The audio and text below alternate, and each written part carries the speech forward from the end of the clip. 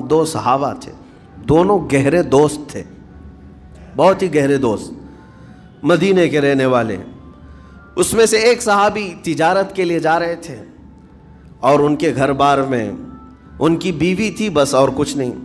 تو اپنے دوست سے کہا کہ میں جا رہا ہوں، مجھے آنے میں تاخیر ہو سکتی ہے، میرے گھر پر اگر کبھی سودا سلف لانے کی ضرورت پیش آئی تو میری بیوی کو یہ پہنچا دینا، ساز و سامان۔ یہ کہہ کر کے وہ تجارت پہ چلے گئے۔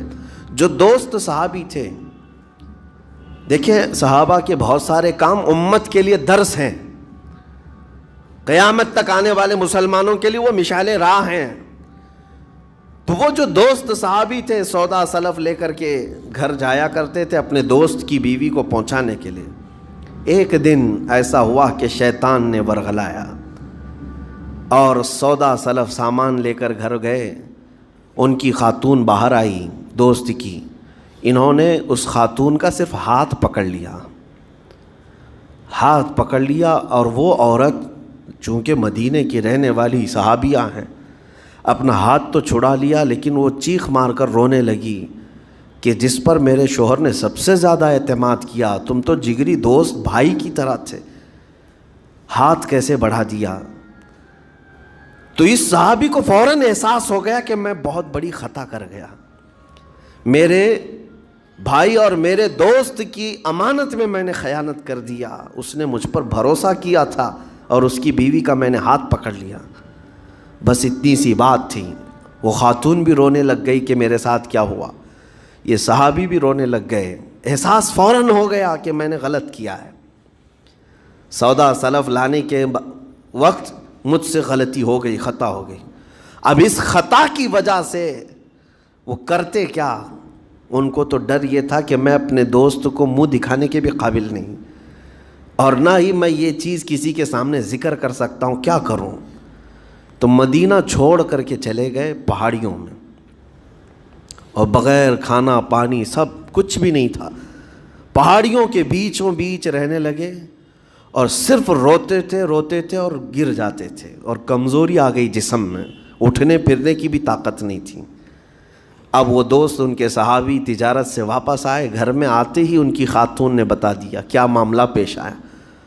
وہ بہت جلال میں آئے اور کہا کہ میرا دل ٹوٹ گیا، آج میری کمر ٹوٹ گئی، جس کے ساتھ ہم نے پوری زندگی بتائی آج اس نے میری عورت کے ساتھ ایسا کیسے کیا؟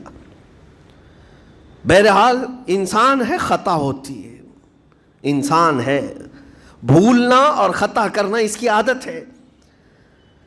اب ان کو دل میں تو بہت تکلیف ہوئی، کروں کیا؟ لیکن وہ صحابی تھے، انہوں نے کہا یہ معاملہ سیدھے حضور پاک کی بارگاہ میں رکھتا ہوں، کہا کہ میں سزا دوں گا یا پھر جو ہے ان کے لیے جو قرار واقعی چیز ہوگی وہ دلا کر رہوں گا۔ بارگاہ مصطفیٰ صلی اللہ تعالیٰ علیہ وسلم میں تشریف لائے، عرض کیا کہ آقا ایسا ایسا ہو گیا، میرے معتمد ساتھی نے میرے گھر میں ایسا معاملہ کر دیا۔ نبی پاک صلی اللہ تعالیٰ علیہ وسلم غمگین ہو گئے کہ ان دونوں کے درمیان ایسا کیسے ہو گیا۔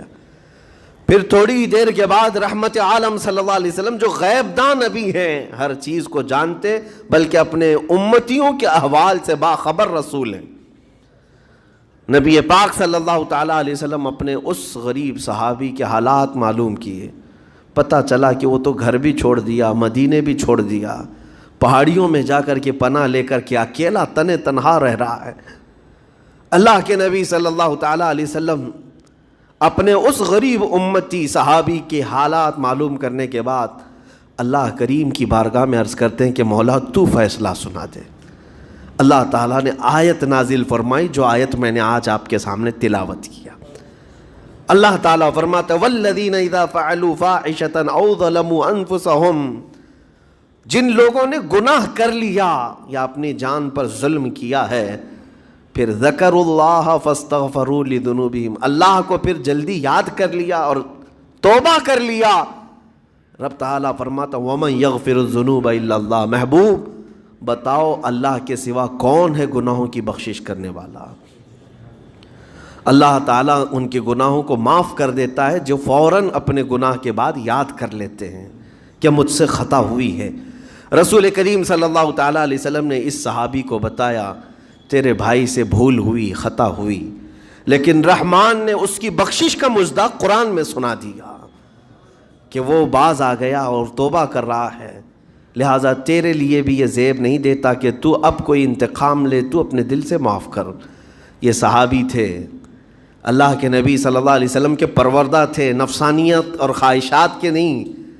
یہ فوراً گئے اور اپنے اس جگری دوست کو، اپنے اس بھائی کو ڈھونڈتے ہوئے پہاڑیوں کے بیچوں بیچ جا کر کے دیکھا، ان کی حالت بہت خستہ تھی، کمزور ہو گئے تھے، اور روتے روتے اتنا تھک گئے تھے، نہ کھانا ہے نہ پانی ہے، بس یہ کہ ان سے خطا کیا ہوئی تھی، اپنے دوست کی عورت کا ہاتھ پکڑ لیا تھا، بس میرے عزیزو اس سے بڑا نہیں۔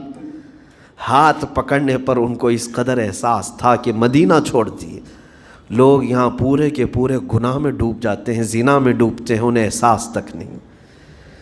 یہ صحابی گئے، اور جیسے ہی یہ گئے تو وہ ہوش میں آئے اور رونے لگے کہ میرا بھائی آ گیا اور اب شاید یہ انتقام لے گا، بدلہ لے گا، مجھے مار ڈالے گا، کیونکہ میں نے اس کا اعتماد توڑا، اس کا بھروسہ ختم کیا۔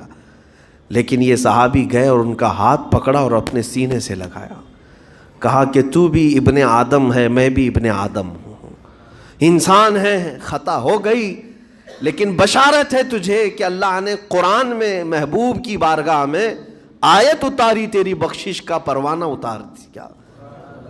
وہ اس قدر خوش ہوئے کہ اس صحابی کو تھام لیا اور کہا میں تو مایوس ہو کر پورے گھر بار سب چھوڑ کر کے آیا تھا، لیکن میرا رحمان خدا بندوں کو کبھی چھوڑتا نہیں، کبھی اکیلا ہونے نہیں دیتا، وہ مایوس نہیں کرتا۔ میرے عزیزو، آج ہمارے پاس وقت ہے، جب ٹھوکر کھائیں تو فوراً احساس ہو جائے، جب غلطی ہو جائے۔ غلطیاں کس سے نہیں ہوتی؟ گناہ سب سے ہوتے ہیں، اور اسی لیے میرے آقا صلی اللہ علیہ وسلم ارشاد فرماتے ان بنی آدم خطاؤون وخیر الخطائین التوابون۔ آدم کی ساری اولاد خطا کرتی ہے، یعنی آدمی سب خطا کرتے ہیں، لیکن بہترین خطا کرنے والا وہ ہے جو خطا کرتے ہی توبہ کر لیتا ہے، توبہ کر لیتا ہے۔ کوئی رات تمہاری ایسی نہ ہو کہ بغیر توبہ کے سو جاؤ، کوئی صبح ایسی نہ ہو آپ کی جو اللہ تعالیٰ کی بارگاہ میں استغفار کر کے نہ شروع کرو۔ ہر دن توبہ کرو، ہر دن اللہ کریم کی بارگاہ میں استغفار کرو۔